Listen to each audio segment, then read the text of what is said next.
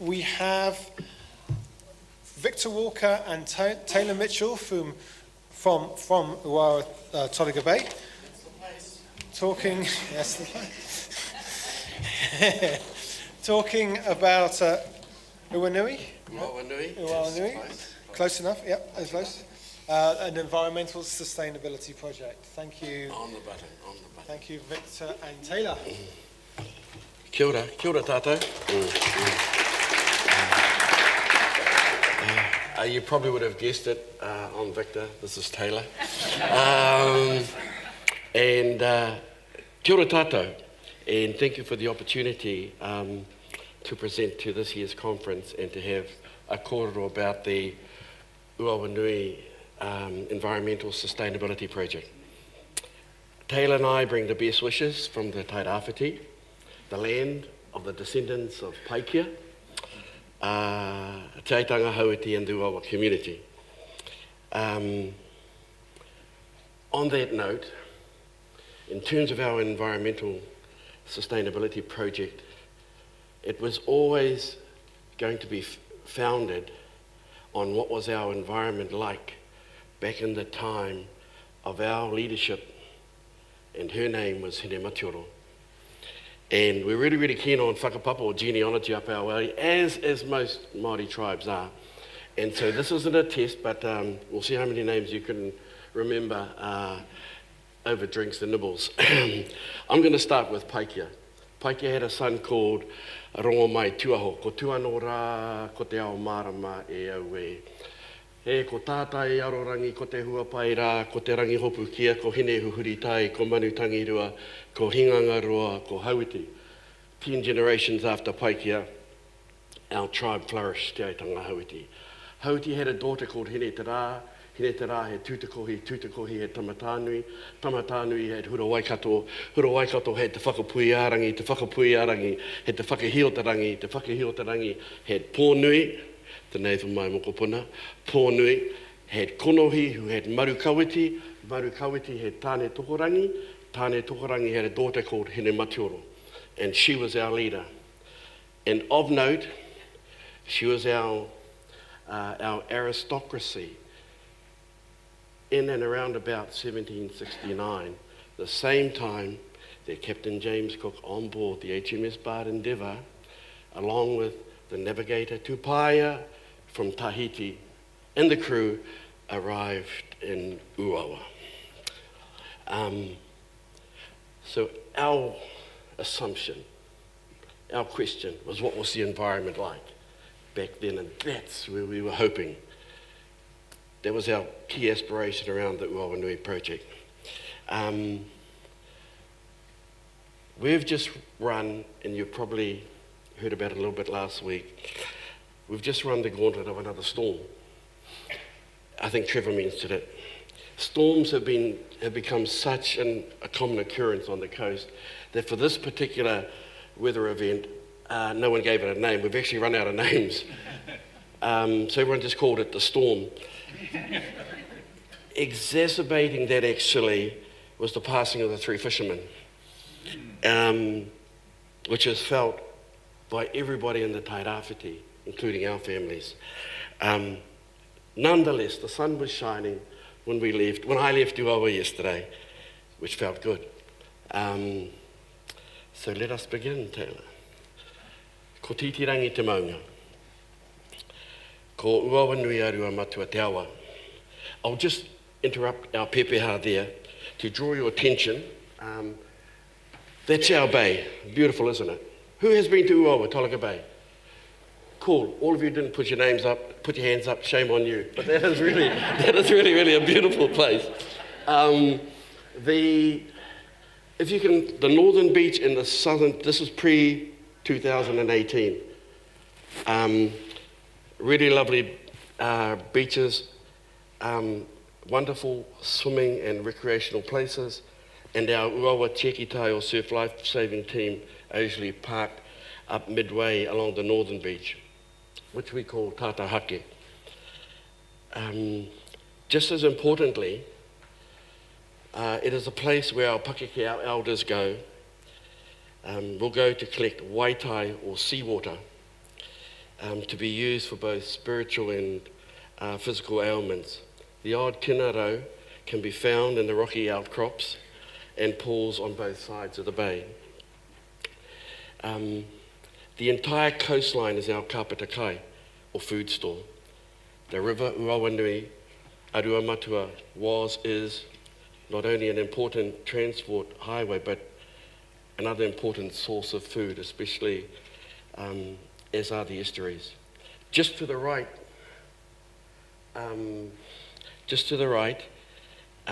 side of the slide is the iconic Tolaga Bay Wharf. And if you can see the wharf in the slide, the Endeavour actually just parked to the left of it, and the crew longboated into the cove just around the corner.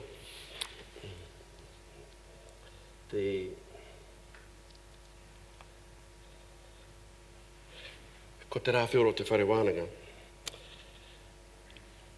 We are fortunate to have the mātauranga Māori or mātauranga Hauiti of te rā whioro whare wānanga to guide our tikanga or cultural practice, karakia, whakapapa genealogy, te reo, kōrero tahito, ancient narratives, and waiata mō te song and traditional poetry are integral to our curriculum.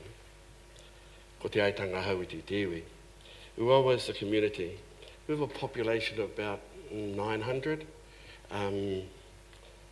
85% of those would have descent from either Te Aitanga Hauiti or Ngāti Pro. The Ūawanui project. In 2012, the Ūawanui Environmental Sustainability Project was born and a leadership group established.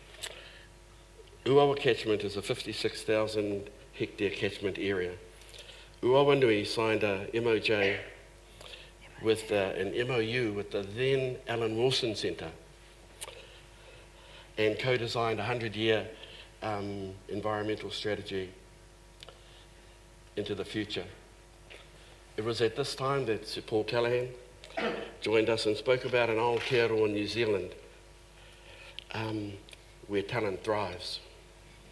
The phrases dual heritage, shared futures was coined in the Tolaga Bay Area School Library to reflect the potential of our nationhood. Principal members of the AWC, and we might be able to say that, continue to support us today. Kia ora Glenda, Wendy, Jocelyn's here somewhere, Libby and the crew.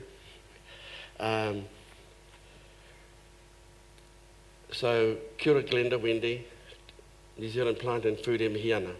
The strategy is an intergenerational, multi-level approach to environmental sustainability involving our marae, our Māori incorporations, community groups, our kura, local and regional organisations, landowners, farms, forestry, and especially our tamariki and mokopuna, who we believe is where true sustainability lies. And everything was going swimmingly. Ūawa had established some wonderful partnerships. Ūawanui had established some wonderful partnerships, and we had consolidated across 4 or focus areas,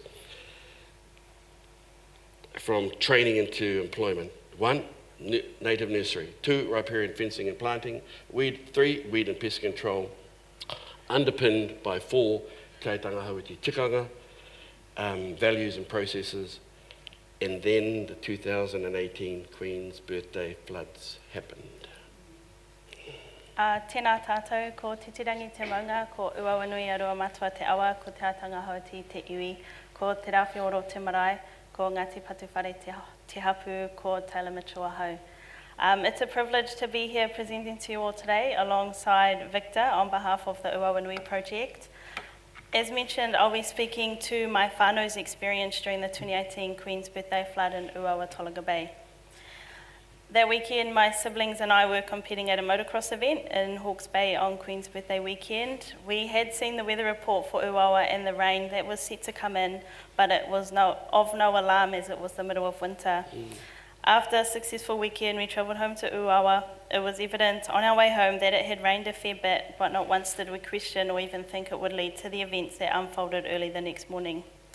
I dropped my mum and sister at home in the township. Then my little brother and I continued on to our whānau whare, which was 8 kilometres inland on Tauwhare Pārau Road. Arriving home around midnight, my grandparents were already in bed and we were quick to do the same.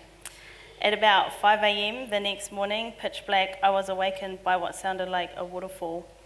First thought, that's strange, we don't live close enough to the hills to be hearing a waterfall. Second thought, I'll just get up to check everything is okay. In doing so, I stood up in a foot of water. Terrified, my first reaction was to wake up my brother, then make my way to my grandparents in the sleep out. As I opened the door to go outside, I could see my granddad carrying my nan. Even though he was or has always been physically fit and was able to do this, having to see them both in this situation at the age of 74 years old was heartbreaking. At this stage, the water continued to rise rapidly. In the 10 minutes from the time we woke up to us all being huddled on the benches and tables, the water had risen over 1 metre in the house. Our house was on piles, so if we were standing outside, it would have been over 2 metres. We managed to make contact with my dad, who stayed in the township, and he made it clear we needed to get in the car and leave. Before he could even finish his sentence, we had to respond that we couldn't, as all the cars were already floating. We weren't on the phone with him for long before he told us he was coming. Knowing the extremities of the flooding and that he had to come from Tolaga, you would have thought it to be impossible, but 30 minutes later, just after daybreak, my dad with my mum and sister came and rescued us on a logging truck. When our friends and whānau found out what had happened, they dropped everything to come and help. The Ūawa community supported our whānau through it all, and for that we are forever grateful. The flooding that weekend was caused by a dam-like build-up of woody debris at the Wigan Bridge 12 kilometres up the Tauwhareparo Road. Once the dam let go, an insane amount of water came down the valley. We didn't and still don't look back on Queen's birthday weekend 2-point fingers. We were raised with the mindset of not dwelling on what has happened, but focusing on where it is we need to go. Since 2018, the East Coast has suffered a number of severe weather events. Our beaches have been inundated numerous times with woody debris, as shown in the photos. Contractors have carried out the cleanup many times, but with every rain event, more woody debris just keeps coming. At one stage, we were known as 90 Pile Beach because there were literally that many piles along 2 kilometres from the northern end of our beach to the south. Thank you, Taylah. As you can imagine, the iwi community called for accountability. What on earth had happened? Who was responsible? How could the damage and destruction have been averted? It could have been worse. Lives could have been lost. So many questions and even more assumptions. What can we do? What could we do? Ūawanui put up our hands to facilitate the many forums that have been held subsequent. It was and still is a challenging time and place to be in. Members of the Ūawanui leadership group had been impacted by the storms and woody debris. They stepped down from the team because they chose litigation as resolution. Ūawanui was supportive, but our energy and resources were better suited to doing our best to achieve our strategic foci. That's Ūawanui sitting up the front at the ministerial inquiry into land use last year. I do not want to dwell on the recommendations of the report. Suffice to say, it called for wholesale changes in land use, monitoring and assessment. The brief for Ūawanui was simple. We understood what had happened and what the issues were. We were the solution. We knew full well the adversity that we were faced with. We were the opportunity. The opportunity was holding the line on our strategy. We just had the effects of multiple cyclones and close to 1 million cubic metres of woody debris, slash and silt to deal with. 6 years on, and it continues to be part of our reality. We continue to, the slide of the day, and we continue to be part, it continues to be part of our reality. We continue to develop and grow our native nursery. We have developed a native nursery for training purposes. Our eco-cadets and eco-leaders find their environment lends much to keeping them busy, centred and well. Hene Matioro had gifted the endeavour over 120 species of plants which returned to the British Museum of Natural History in London to become part of the bank's collection. In 2009, we received a whole bunch of descendant seeds from Kew Gardens and planted with some success. The ngutukake in this slide is one of the plants that survived Akuna Matata, the circle of life. We are focused on riparian fencing. So we planted maunga planting everywhere. Our friends were there with us all those years ago, and they're still with us today. The centre, e kore e mimiti te puna o whakamihi kia koutou. Thank you very much. We have completed approximately 18 kilometres of riparian fencing over the last 3 years. Haerenga, we want our rangatahi to succeed and to be kaitiaki of our environment, and just as special they want to be too. At the end of every cohort, we hold a graduation for the Ūawanui Eco Cadets to celebrate everything they have achieved during their 6 months with us. Attendance and punctuality of our rangatahi is an achievement in itself, considering many of those who come on the project have disengaged or even left school as young as the age of 12 years old. So the hope of our rangatahi is that they leave with a sense of accomplishment, not only for having graduated with a New Zealand certificate in primary industry operational skills level 3, but because they have also learnt more about their culture, language and identity, and contributed to the future and sustainability of our environment. Before Victor wraps up the presentation with acknowledgements, I'd just like to quickly add where my whānau and I are 6 years after the 2018 flooding. My grandparents continue to live in Ūawa and travel often to the Bay of Plenty to visit their grandchildren. My nan still feels extreme angst when it rains, so she struggles to sleep and often makes my granddad drive her back to the family home in Matata. But living at home with my parents allows us to provide them with as much whānau support as possible. My parents continue to run their contracting business on the East Coast along with my brother. My dad has recently become a part of the Ūawa Catchment Advisory Group. Having worked in the forestry and roading industry in the Ūawa catchment for almost 30 years, he has a lot of knowledge and experience that will be of value. My youngest sister served in the New Zealand Navy for 4 years, but has since returned home. She is still in reserves, but is employed by a local contractor managing traffic crews working up and down State Highway 35. I'm currently the Executive Administrator and my sister the Learning Advisor at Te Atanga Hauti Centre of Excellence Trust, a role which allows us to work on the Ūawanui project. I have the privilege of being able to work closely with all our stakeholders, all for the benefit of the project, iwi, community, and everything we're trying to achieve. So in conclusion, since the first MOU with the Alan Wilson Centre, Ūawanui now has MOUs with Aratu Forests, the biggest forestry company on the coast, and Earnslaw Forestry Limited, and continues to have a rich, enduring relationship with a number of whanaunga, and we'd like to include the centre, and that is our whānau, who have sponsored the Te Atanga Hauti Centre of Excellence Trust in Ūawanui. Ūawanui is also represented on the leadership group formulating the Ūawa Catchment Plan, facilitated by the Gisborne District Council. As Taylah said, we know what happened, we now know why, we know where we are.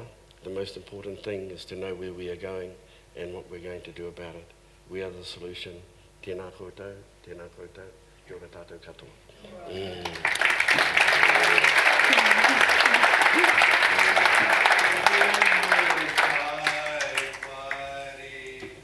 Tai hoa e haere, kia mutu taku riri, ni roi matai. E a koe au, ki te pine o te aroa, e kore nei e wai kurai. Kia ora.